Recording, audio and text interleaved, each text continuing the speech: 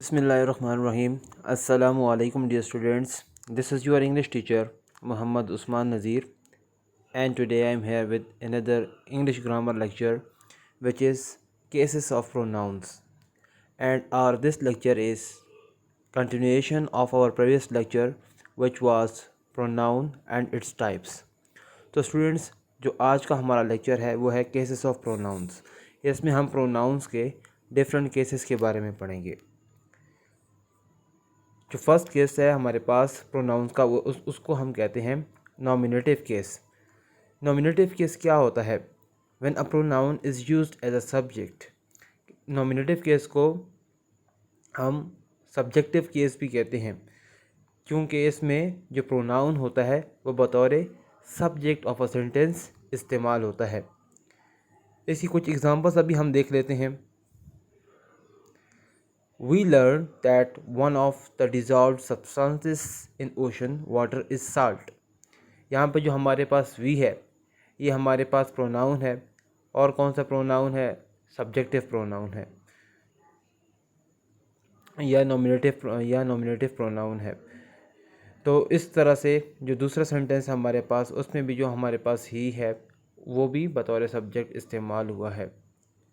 तो जितनी भी जो हमें यहाँ पे जो एग्जांपल्स दी गई हैं ये नॉमिनेटिव केस की एग्जांपल्स हैं। नॉमिनेटिव केस को सब्जेक्टिव केस भी कहते हैं, वो इसलिए क्योंकि हम जो इसमें जो हमारे पास जो प्रोनाउन होता है वो एज अ सब्जेक्ट यूज़ होता है।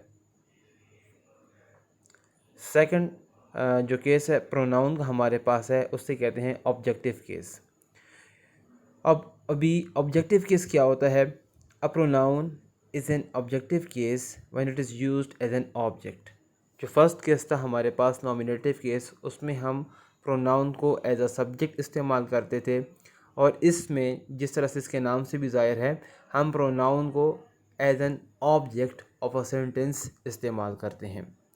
इसकी कुछ एग्जांपल्स देख लेते हैं। Dorothy invited me. जो मी है ये आई की ऑब्जेक्टिव फॉर्म है जो यहाँ पर इस्तेमाल की गई है। इसी तरीके से Jessie went with them they की ऑब्जेक्टिव फॉर्म है, और give the envelope to him, और जो हिम है वो ही की ऑब्जेक्टिव फॉर्म है। तो इसी तरीके से जितनी भी हमें एग्जांपल्स दी गई हैं ये सारी की सारी प्रोनाउन के जो ऑब्जेक्टिव केस है उसकी एग्जांपल्स हमें दी गई हैं। फर्स्ट केस में नॉमिनेटिव केस में हम अपने प्रोनाउन को एज अ सब्जेक्ट यूज़ करते हैं। सेकंड केस में ऑब्जेक्टिव केस है, हम इसमें अपने प्रोनाउन को एज एन ऑब्जेक्ट इस्तेमाल करते हैं। जो थर्ड केस है हमारे पास उसे हम कहते हैं पोजेसिव केस। जिस तरह से इसके नाम से ज़ाहिर है कि जो पोजेसिव या जो कि पोजेशन के सेंस में ये यूज़ होता है। A pronoun that shows ownership is in the possessive case. जिस तरह से पोजेसिव केस के नाम से ज़ाहिर है कि ये क्या शो करता है? ऑनरशिप शो करता है, मलकियत शो करता है। तो उस सेंस में हम इसको इस्तेमाल करते हैं प्रोनाउन की। इसमें हम जो प्रोनाउन के जो पोजेसिव केस है वो हम यहाँ पर इस्तेमाल करेंगे। कुछ एग्जांपल्स देख लेते हैं इसकी भी। This book is mine. यहाँ पे जो माइन है वो क्या है? वो पोजेसिव केस है प्रोनाउन का। Jona is a friend of ours. यहाँ पे जो आर्स है ये हमारे पास क्या है? पोजेसिव प्रोनाउन है। और यहाँ पर is that bat kite yours or his. यहाँ पे जो योर्स है वो वो क्या है? वो पोजेसिव प्रोनाउन के तौर पे इस्तेमाल किया गया है। इसके बाद हमारे पास ये चार्ट आ जाता है जिसमें हमने जितने भी केसेस हैं वो सारे के सारे इसमें लिखे हुए हैं। सबसे पहले जो nominative case means subjective case, वो यहाँ पे लिखा गया सिंगुलर का आई, और प्लूरल में क्या होगा? वी। यहाँ पे sorry, I, me, my and mine.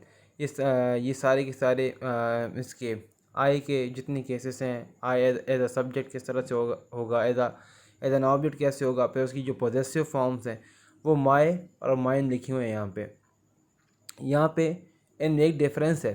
कि जो माइन है वो पोजेसिव प्रोनाउन है। यहाँ पे एक चीज़ मैं ऐड करता चलूँ कि जो माय है इसको हम पोजेसिव एडजेक्टिव कहते हैं, जबकि जो माइन है उसे हम पोजेसिव प्रोनाउन कहते हैं।